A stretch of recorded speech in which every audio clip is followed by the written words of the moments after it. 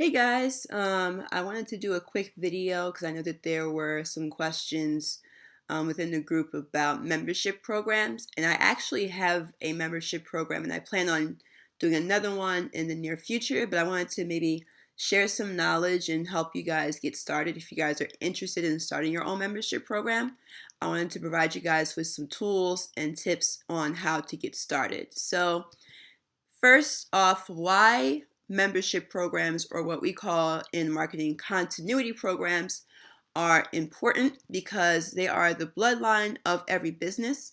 For those who may have read Russell Brunson's book about, I think it's called Expert Secrets or .com Secrets, but he talks about how basically if you don't have continuity, you don't have a business. And there are a few reasons why. Number one, they provide sustainable income. So for me, one of my methods or one of my formats of continuity program is teaching private lessons monthly. So they're weekly lessons, but my students, they pay me a month in advance. So it's an ongoing type of system. And basically, this is a second or a subcategory of what I was talking about. So they carry businesses through slow seasons. If there's one thing that I've learned about selling my flagship course for piano online, which is basically a one-off purchase, is that you're going to have months where you're going to make tons of profit on products that you sell that are like one-time purchases or one-time transactions. Even if you're providing a service where you may be doing like a one-off service, you may have seasons that are popular, and then you'll have slow seasons, and it tends to be stressful when you're not able to, take care of expenses and whatnot. But if you have some kind of membership program where you have people paying you monthly, even if you have slow seasons, you'll still have those membership payments coming in. So that is a good way to carry your business through those slow seasons. You won't have to worry about your income not coming in during those times. And membership programs, they can be very easy to manage, or they can be self-contained. So the cool thing about membership programs is that you can be as involved or not as involved as you feel like. Because sometimes membership programs, like especially the higher ones, the higher tier programs, they tend to have the person who's in charge more involved with members, or you can have lower tier programs where you don't have to be really involved at all. It's the membership program kind of just manages itself. So that's completely up to you as far as how involved you want to be in your membership program. So what kind of content can you put in membership programs? Again, that is completely up to you. And that's the cool thing about membership programs, is that you can put in whatever kind of content you want as long as you're providing value to your members. So just a couple of examples. You can do regular live tutorials or sessions. They can be weekly, they can be bi-weekly, they can be monthly. Again, doing live tutorials or sessions can be completely optional. If you really want to be involved and you know that you have the time to do these sessions, then by all means, you can implement that in your membership program. You can do live Q&As. Again, that can be on a weekly, bi-weekly, or monthly basis. And you can do what I do, where you can do recorded or uploaded content. So you can record the material, in advance, and then you can upload it later for your members to consume on their own time. And you can do a course series, which is basically what I do for my piano membership program, where I have, as of right now, I have 8 different courses that are already published in the program. And all the members are doing is they're just paying to have continued access to those courses. I actually plan on publishing more later on, especially in 2020.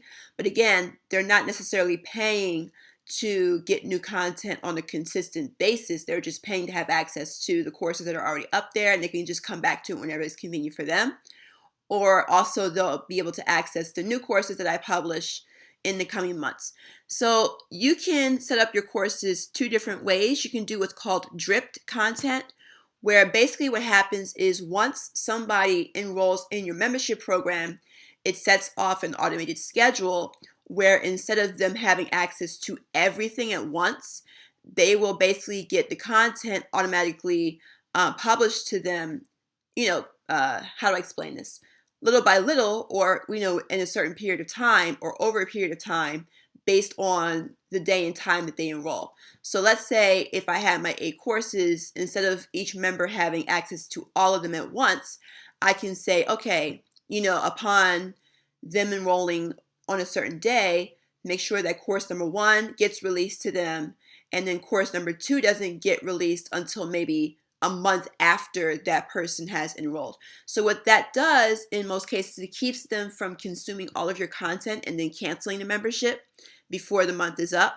But because in my case, that's not really an issue because my membership is only $29 a month, I don't really have a lot of people consuming the content and then just unenrolling. So that's not really a problem. But if you feel like that's going to be an issue for you, then you can do dripped content where it forces them to wait a period of time before the next content is released. Or you can do what I do and then just give them all the content at once. If you know that they're not going to be bothered with having to go through all the content and then canceling, then you can just give them all the content at once. So that's, again, that's up to you. Or if you're creative, let's say if you do art, if you do poetry, if you publish books, you can also give them exclusive access to creative material. You can give them exclusive access to music, maybe unreleased music, unreleased poetry, unreleased book content, things like that. So you can really get creative when it comes to what content you put in your membership program. So there are different platforms that you can use for membership programs, and the nature of these platforms are different depending on the kind of content you do, and this is not an exhaustive list. So obviously there's different types of sites for membership programs, but these are my personal favorite. So you can do course platforms like Teachable or Thinkific. Both of them provide a type of payment setup where you can set up, ongoing payment programs for courses that you publish. So again, Teachable and Thinkific are course platforms that allow membership programs. And then Name.com, I'm not sure if you guys are familiar with Name.com, but if you have the idea of creating your own social network, like where people can go on and create their own profiles, they can publish their own content, they can, make friends or create their own little groups. Ning actually allows you to create your own social network, and you can do premium social network programs where you can apply paid memberships for those who may want to get, an upgrade for their profile. They may want to get, again, exclusive access to content. You can implement a upgraded paid membership program to your social network site. So Ning allows you to do all that kind of stuff. It's pretty cool.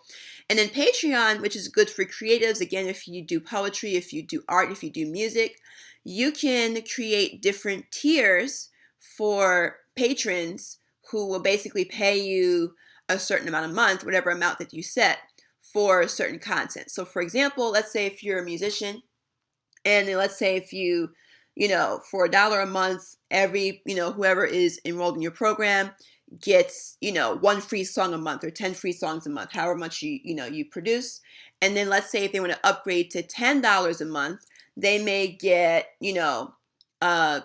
free merchandise along with, the 10 free songs they may have gotten for the $1 a month.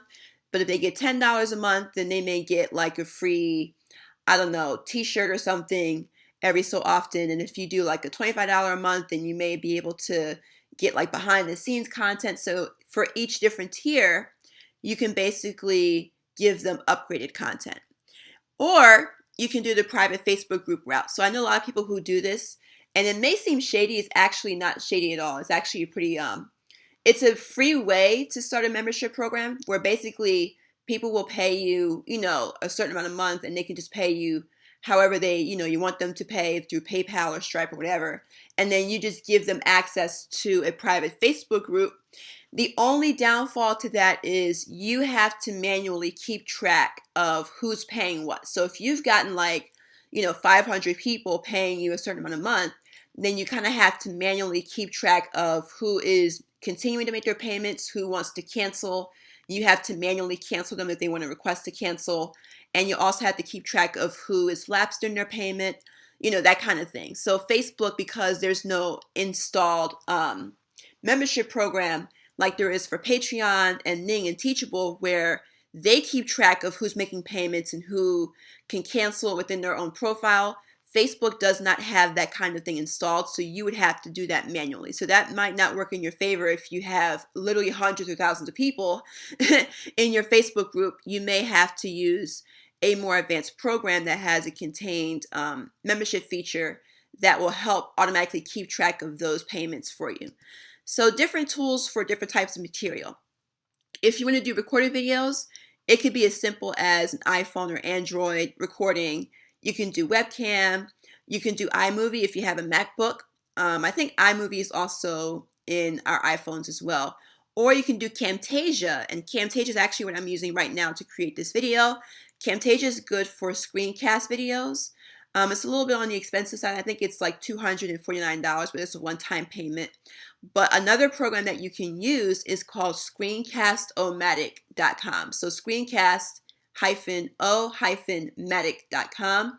I think theirs is like $15 a month or $15 a year, but it's like super low. But it does the same thing that Camtasia does. If you need something that's simple, you can do Screencast-O-Matic as well. And if you do live videos, again, if you're using Facebook groups, you can do Facebook Live. You can also do Zoom. So let's say if you're going the Teachable route, you can actually, I think Zoom can give you like an HTML code that you can install the live video into your Teachable curriculums or Teachable courses or Thinkific.